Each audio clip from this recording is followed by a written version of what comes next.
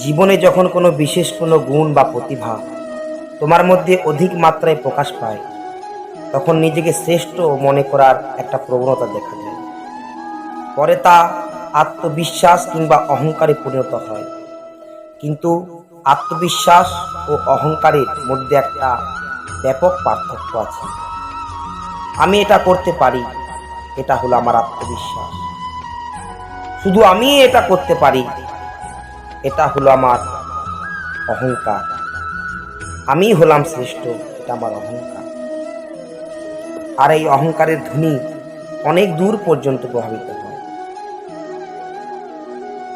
আর এর প্রভাব সর্বপ্রথম নিজেকেই ধ্বংস করে।